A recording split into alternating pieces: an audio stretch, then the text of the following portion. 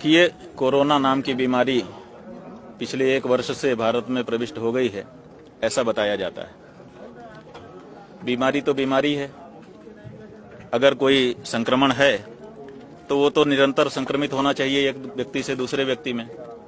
लेकिन ये देखा गया है पिछले 1 वर्ष के अनुभव से कि ये कोरोना नाम की जो बीमारी है, ये केवल धार्मिक आयोजनों में आती है। राजनीतिक आयोजन उसके बाद से निरंतर हो रहे हैं। बिहार का चुनाव हो गया, बंगाल का चुनाव हो रहा है, इसके पहले दूसरे अनेक कार्यक्रम हुए।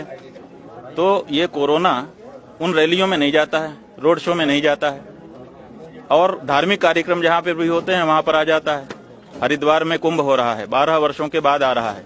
लोग प्रतीक्षा करते रहते हैं कि 12 वर्ष के बाद कुंभ का काल कब आएगा कि जाकर के हम पुण्य लाभ अर्जित कर लेंगे, और फिर अगला कुंभ हमको मिला कि न मिला। तो ऐसी परिस्थिति में जहां करोड़ों लोग जिस अवसर की प्रतीक्षा कर रहे थे, उसमें तो आप लगा दे रहे हो कि आप 72 घंटे पहले का अमुक जांच करा के आइए और फिर नहीं तो प्रवेश ही करने नहीं दिया जाएगा। और बंगाल में चुनाव हो रहा है, वहां लाखों लोग इकट्ठा हो रहे हैं।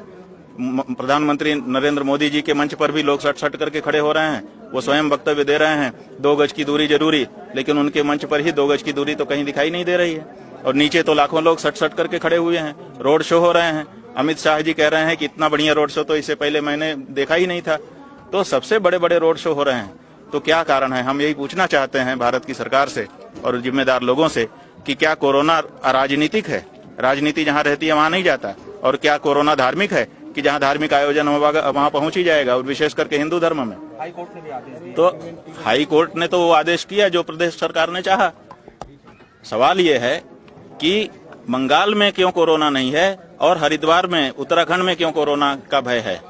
भय तो दोनों जगह होना चाहिए ना। अगर एक देश है और एक प्रकृति है, एक ही रोग है, तो वो रोग यहाँ संक्रमित हो जाएगा, बड़ा डर है, वहां संक्रमित नहीं होगा। इसका मतलब है कि जहाँ राजनीतिक कार्यक्रम होगा वहां सब जनता के स्वास्थ्य को भुला दिया जाएगा कि क्या होगा इसकी परवाह नहीं की जाएगी। धार्मिक कार्यक्रम में केवल होगा। तो हमारा ये कहना है कि अगर केंद्र की सरकार, राज्य की सरकारें अगर बंगाल में, बिहार में लोगों को बचा सकती हैं तो हरिद्वार में भी, उत्तराखंड में भी बचाएं।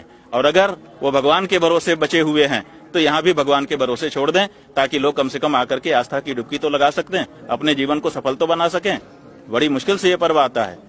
तो ये एक हमारा कहना है, इस बारे में राज्य सरकारों को स्पष्ट करना चाहिए। कुंभ का कार्य शुरू हो चुका है, अभी तक कार्य पूरा नहीं हुआ है। कहाँ पर? देखिए, बात यह है, कुंभ के बारे में लोग हमको ये बता रहे हैं कि ये कुंभ में जो कोरोना की कड़ाई की जा रही है वो इसलिए की जा रही है कि प्रशासन ने तैयारियां कमजोर रखी हैं। ज्यादा लोग आ जाएंगे तो तैयारियों की कलई खुल जाएगी, इस डर से ये नहीं किया जाए, ऐसा लोग कह रहे हैं। हमारा अभी इस पे अध्ययन नहीं है, लेकिन जो आम चर्चा है वो ये है। देखिए, परम पूज्य जगतगुरु शंकराचार्य जी, ज्योतिष पीठ और द्वारका शारदा पीठ के जगतगुरु शंकराचार्य पूज्यपाद स्वामी स्वरूपानंद सरस्वती जी महाराज का ये निर्देश हम लोगों को मिला कि कुंभ में विश्व के कल्याण के लिए, विशेष करके भारत के लोगों के कल्याण के लिए यज्ञ करो। तो यहाँ पर अति हरिहर महायज्ञ, अयुत चंडी महायज्ञ और महापवित्रेष्टि यज्ञ, ये 3 बड़े बड़े यज्ञ जो कि विशाल यज्ञ हैं, उनका आयोजन हम लोग यहाँ पर कर रहे हैं। इनमें लगभग 500 ब्राह्मण होंगे और 111 कुंड बनेंगे, 2 यज्ञशालाएं होंगी और ये सब कार्यक्रम संपन्न होगा। यज्ञ का फायदा मिलता है। यज्ञाद भवति पर्जन्यः, पर्जन्यादन्न संभवः, अन्नाद भवन्ति भूतानि। यज्ञ जो है हमारे यहाँ बताया गया है कि यज्ञ कर्मसु कौशलम, सबसे सुंदर जो कर्म है संसार का, वैसे तो हम लोग बहुत कुछ करते हैं, लेकिन सबसे सुंदर मतलब सबके कल्याण का जो कर्म है वो यज्ञ है। तो यज्ञ करने से सबका कल्याण होता है, विश्व का कल्याण होता है। इसीलिए यज्ञ सदा से होते आए हैं। यहाँ पर भी जो यज्ञ होगा उसका परिणाम पूरे देश के लोगों को मिलेगा। सबके जीवन में शांति, सुख, सौहार्द विकसित होगा।